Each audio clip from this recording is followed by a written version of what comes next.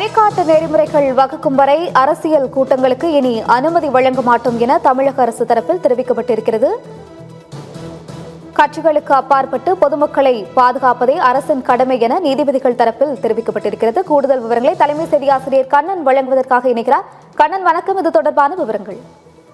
விஜயின் கூட்டத்தில் 41 பேர் உயிரிழந்த சம்பவம் தொடர்பான வழக்குகள் நீதிமன்றத்தில் நடைபெற்று வருகின்றன. அதில் முதல் வழக்காக அரசியல் கட்சிகளின் கூட்டங்களுக்கு வழிகாட்டு நெறிமுறைகளை வகுக்க கோரிய அந்த மனு மீது முதலில் விசாரணை நடத்தப்பட்டு வருகிறது. அதைத் தொடர்ந்து சிபிஐ விசாரணை தேவையா தேவையில்லையா என்பது குறித்தும் அரசு தரப்பிலும் விஜய் தரப்பிலும் வழக்கறிஞர்கள் வாதிட்டு வருகிறார்கள். இந்த வாதத்தின் போது நீதிபதிகள் பொதுமக்களை காப்பது அரசின் கடமை என்றும் பொதுமக்களின் பாதுகாப்புக்கு முன்னுரிமை வழங்கி அரசு இயந்திரம் செயல்பட வேண்டும் என்ற அறிவுறுத்தலை நீதிபதிகள் தண்டபாணி மற்றும் ஜோதிராமன் ஆகியோர் அடங்கிய அமர்வு உத்தரவிட்டிருக்கிறது.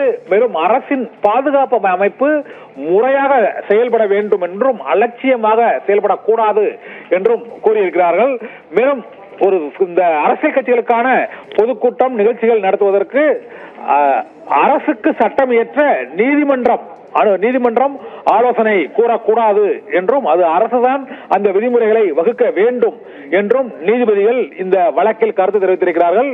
மிரட்டல் விடுத்தவர்கள் மீது சட்டப்படி நடவடிக்கை எடுக்கப்படும் என்றும், கரூரில் விஜய் பிரச்சாரத்திற்கு குறிப்பிட்ட நேரம் பகல் 12 மணி, ஆனால் விஜய் வந்தது இரவு 7 மணி என்று அரசு தரப்பில் வாதிடப்பட்டது. தாமதமாக வந்ததும், அந்த நெடுஞ்சாலையில் அதிகமான கூட்டம் கூடியதும், தண்ணீர் மற்றும் உணவு அந்த கூடிய மக்களுக்கு வழங்காததும் உயிரிழப்புக்கு காரணமாக இருந்தது என அரசு தரப்பில் தெரிவிக்கப்பட்டு இருக்கிறது.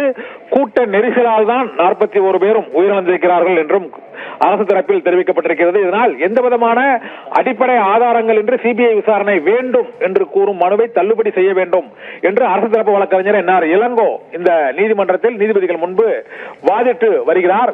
மக்களின் பாதுகாப்பை அரசு உறுதி செய்ய வேண்டும், அது அரசின் கடமை என்றும் இந்த வழக்கில் நீதிபதிகள் கருத்து தெரிவித்திருக்கிறார்கள்.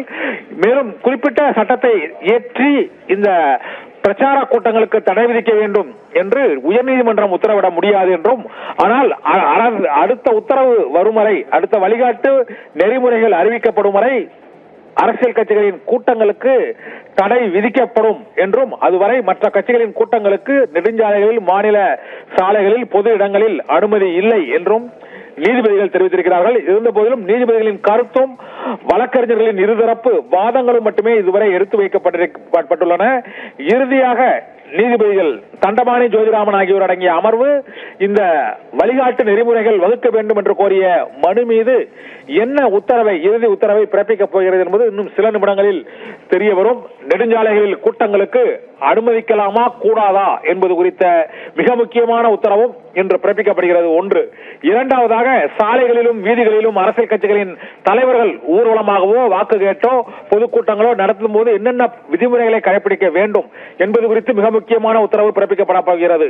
மூன்றாவதாக, கூடும் கூட்டத்திற்கு தண்ணீர் வழங்குவதும், உணவு வழங்குவதும், அவர்களுக்கு பாதுகாப்பு வழங்குவதும் யாருடைய பொறுப்பு? கட்சியினரின் பொறுப்பா, காவல்துறையினரின் பொறுப்பா என்ற கேள்விக்கும் சந்தேகங்களுக்கும் ஒரு புதிய உத்தரவுகள் இன்று நீதிமன்றத்தின் மூலமாக பிறப்பிக்கப்படும் என எதிர்பார்க்கப்படுகிறது. இருதரப்பிலும் இந்த உத்தரவுகள் இரு தரப்பினருக்கும், அரசுக்கும் மற்றும் அரசியல் கட்சியினருக்கும் நீதிமன்றம் இன்று புதிய கட்டுப்பாடுகள், விதிமுறைகளை விதிக்கக்கூடும் என்றும், அந்த விதிமுறைகள், கட்டுப்பாடுகள் விதித்த பின்னர் தான் அடுத்த கட்ட அரசியல் கட்சிகளின் கூட்டங்கள் மற்றும் பேரணிகள் நடத்தப்பட வேண்டும் என்றும் உயர்நீதிமன்ற மதுரை கிளை நீதிபதிகள் இன்று கருத்து தெரிவித்திருக்கிறார்கள்.